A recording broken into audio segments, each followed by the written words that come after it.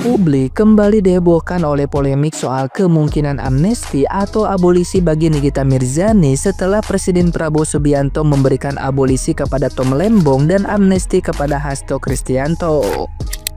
Dalam gelombang dukungan yang muncul di media sosial, seorang netizen yang budiman dengan akun @novibule9 menanggapi dengan tegas. Ia melihat bahwa tuntutan para pendukung Nikita Mirzani untuk mendapatkan perlakuan serupa adalah hal yang manusiawi, namun mengingatkan bahwa fokus seharusnya tetap pada kasus utamanya, yakni dugaan pemerasan terhadap Reza Gladys, bukan soal produk skincare.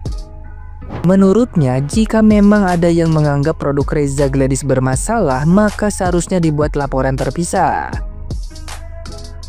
Netizen yang berbakti tersebut juga mengulas rekam jejak Nikita Mirzani yang penuh kontroversi. Ia menyinggung beberapa kasus Nikita Mirzani hingga pencemaran nama baik terhadap Dito Mahendra. Menurutnya, semua itu tidak memberikan efek jera karena sikap Nikita Mirzani justru semakin jumawa. Ia mencibir bagaimana Nikita Mirzani kerap mencampuri urusan publik figur lain, bahkan berseteru dengan anak kandungnya sendiri. Dalam pandangannya, semua yang kini menimpa Nikita Mirzani adalah bentuk hukum tabur tuai.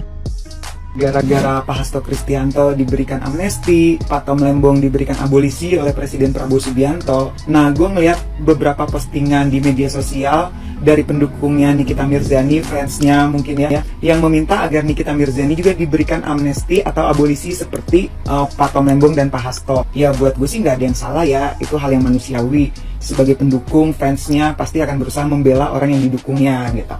Terkait kasusnya dengan Reza Gladys, di sini gue memposisikan netral ya dengan masalahnya dengan Reza Gladys, karena gue juga jujur nggak pernah mengikuti kasus yang dihadapi oleh Nick Mir. Cuman ini ada juga nih beberapa postingan yang memframing masalah skincare produknya Reza Gladys ini berbahaya atau apapun itu. Nah, kita harusnya fokus bahwa Nikita Mirzani diduga melakukan pemerasan. Nah, untuk pembela-pembelanya fokusnya di situ aja, pendukung-pendukungnya.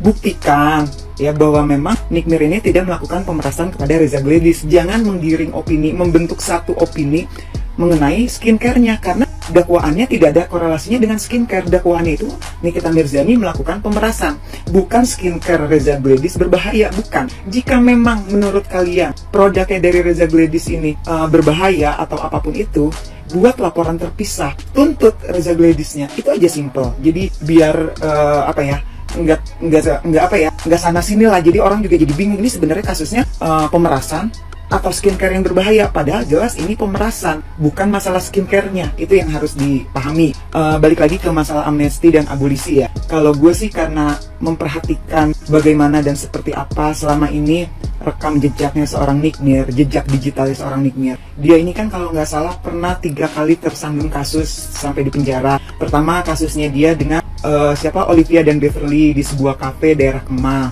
penganiayaan ya. Yang kedua, penganiayaan kepada mantan suaminya di Polatif. Yang ketiga, pencemaran nama baik kepada Dito Mahendra. Gue melihat dengan apa yang pernah dialami oleh seorang Nick Mir, kok tidak memberikan efek jera dalam hidupnya dia ya. Semakin hari malah semakin pongah gitu seorang Nick Mir tuh. Gue melihat dia tuh semakin sombong. Ya walaupun gaya ngomong itu ceplas-ceplos, gue juga ceplas-ceplos ya, frontal, belak-belakan. Tapi gue tuh ngelihat Nick Mir ini semua orang dia ikut campur ya dong. Sama masalah pribadinya Paula dengan Verhoeven, dia menuduh Paula selingkuh ya dong. Mas Agnesmo, artis yang nggak pernah gimana-gimana, dia nyinyirin perseteruannya dia dengan Dewi Persik, nyinyirin Najwa Shihab. Pokoknya gue perhatiin banyak lah dia berseteru dengan artis-artis dan orang di sekitarnya.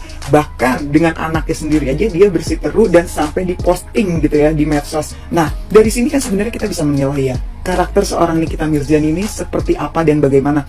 Kalau tersandung masalah sekali, oke, kita masih bisa sekali 2 kali kita tolerin. Oh, mungkin yang salah dari sana. Tapi ketika manusia berulang kali tersandung kasus masalah, berulang kali ribut dengan si A, si B, si C, yang artinya yang bermasalah si orang tersebut. Atau ya gue katakan ya si Nick Mir sendiri yang punya masalah, karena semuanya dinyinyirin, semua dia ikut campur.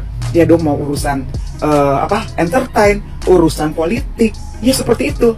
Aduh, gue jadi inget ya waktu zamannya Pilpres. Ingat ya Nick Mir, di sini gue jadi inget, bener-bener inget banget ya. Dimana seorang Nick Mir pernah ngeledek, menghujat Pak Ganjar Pranowo. Ya sampai bawa Pak Ganjar mau nomor handphonenya Mia Biga. gue punya loh, apa maksudnya? Terus sampai ngatain Pak Ganjar nggak becus, ya dong ini itu.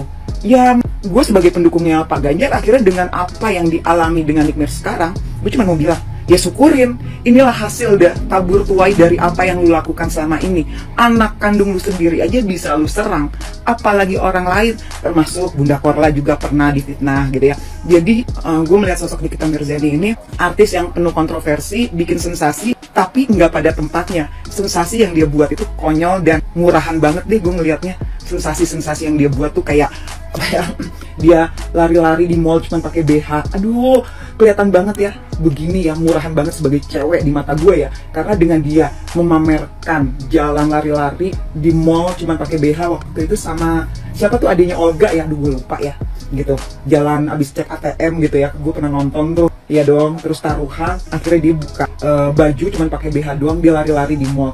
Itu kan sesuatu yang konyol banget gitu. Itu ya begitulah ya seorang Nikita Mirzani. Buat gue tuh lebay, kelakuannya beginilah Nikita Mirzani. Jadi memang dia pantas diberikan efek jerak, syukurin, karena ini adalah hukum tabur tuai. Terutama Nick Mir, lu pernah meledek, menghujat Pak Ganjar Pranowo, lu inget itu ya? Nah, gimana nih menurut netizen yang terhormat? Silahkan berkomentar ya. Lagi rame abolisi kan, kenapa Nikita Mirzani tidak diberikan abolisi juga yang sama seperti Tom Lembong? Karena dari jalannya kasus ini, kita tahu instansi-instansi di atas sana saling bekerja sama membentuk sebuah sindikat. Dan saat akan dibuktikan sama Nikita Mirzani, boom, itu yang mulia di atas sana kepanasan telinganya sampai persidangannya ditunda.